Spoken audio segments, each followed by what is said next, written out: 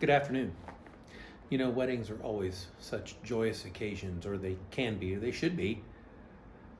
A lot of money is made from weddings. A lot of people put a lot of money into weddings. There are TV shows made about weddings that don't go so well.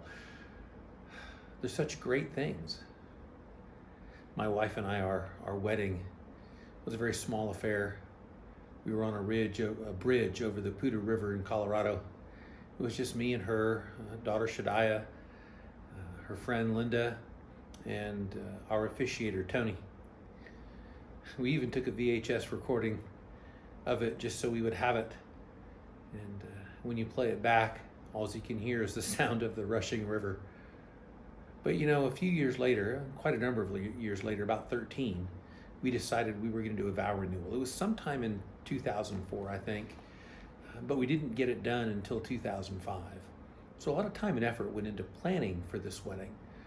We had to take head counts. You know, we wanted to know how many people were going to be there, so we would know how much snacks or food and drink to have. And you know, you have cakes, and you want to make sure you cut the cakes into the right size so everybody can have a piece, or you have to have a large enough cake. You plan for the dress, so it takes a lot of effort, a lot of time. And you could just imagine if something went wrong, how embarrassing that might be for us, for us who put the wedding on.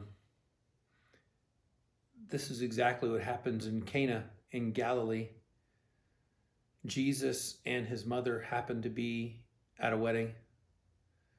Now, I want you to remember before we get too far into this, that Jesus' mother was visited by an angel just before she became pregnant. She was told by this angel that she was going to bear the Messiah, the anointed one, the chosen one. Several times throughout our reading through the Gospels, we read that Mary treasured these things in her heart. So she knew who the Messiah was. She knew that Jesus was the Messiah. So I love this conversation she has with Jesus at this wedding in John chapter 2. I'll read 3-5. When the wine ran out, the mother of Jesus said to him, "They have no wine." And Jesus said to her, "Woman, what does this have to do with me? My hour is not yet come." His mother said to the servants, "Do whatever he tells you." What a phrase. I can imagine what the servants might be thinking. Do whatever he tells you. I mean, we're in the middle of nowhere. You know, if you look on a map, Cana is probably almost 12 miles from the west coast of the Sea of Galilee, and probably 17 miles from Capernaum. There's not very many cities around there that the servants could just run to get an extra bottle of wine or so and bring it back to the wedding. So I just can't imagine what these servants are thinking. What is he going to have us do? But to their credit, they do whatever he tells them to. Let's read in 6-8. Now there were 6 stone water jars there for the Jewish rites of purification, each holding 20 or 30 gallons. Jesus said to the servants, "Fill the jars with water." And they filled them up to the brim. And he said to them, "Now draw some out and take it to the master of the feast." So they took it. They poured water into the jars, and they drew wine out of the jars. Why? Because they did whatever he told them to. You know, we get so caught up in this idea of doing whatever he tells us, but man, it is so important for us. For some reason, we think that we get to decide what it is we're going to do. You know, there's this event in the Old Testament where the people of Israel grumble against Moses, and God is just really tired of it. And so he sends fiery serpents in and among the people, and those that the fiery serpents bit would get this disease or this poison and die. And Moses pleads to God and intercedes for Israel. And God tells Moses, okay, fashion this bronze serpent and put it up on a pole, and whoever looks at this serpent will be saved.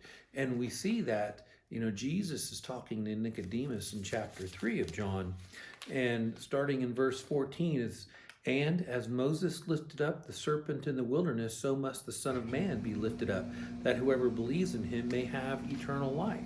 Now, we have to go back to the story to get this full idea. Whoever looked upon the serpent would be healed, right? So if you were in your tent, shivering under your cover, stricken with this poison, even if you believed that that serpent would heal you, unless you went out of your tent and looked at it, you wouldn't be healed. Okay? Do whatever he tells you. God said, get out and look up at the serpent, and you will be healed. And Jesus connects that to him. Whoever does whatever I tell him to, whoever looks upon Jesus, whoever believes. We get caught up in an idea of belief being some kind of mental exercise. I believe in my mind that Jesus is the Christ. I don't think that's what we're talking about here.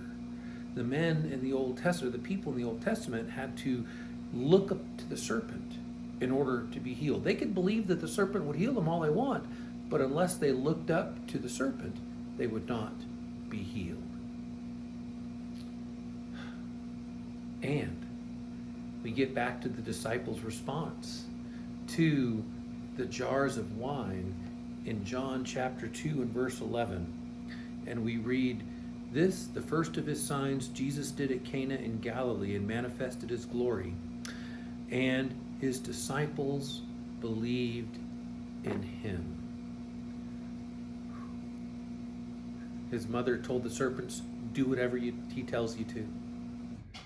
I think we see throughout the rest of our New Testament, his apostles are doing whatever he tells them to. They're out there spreading the gospel message of salvation through Jesus. Will you do whatever he tells you? Don't get caught up in your own ideas of what is or is not God's desired actions for you or from us. Do whatever he tells you. May the Lord bless you and keep you.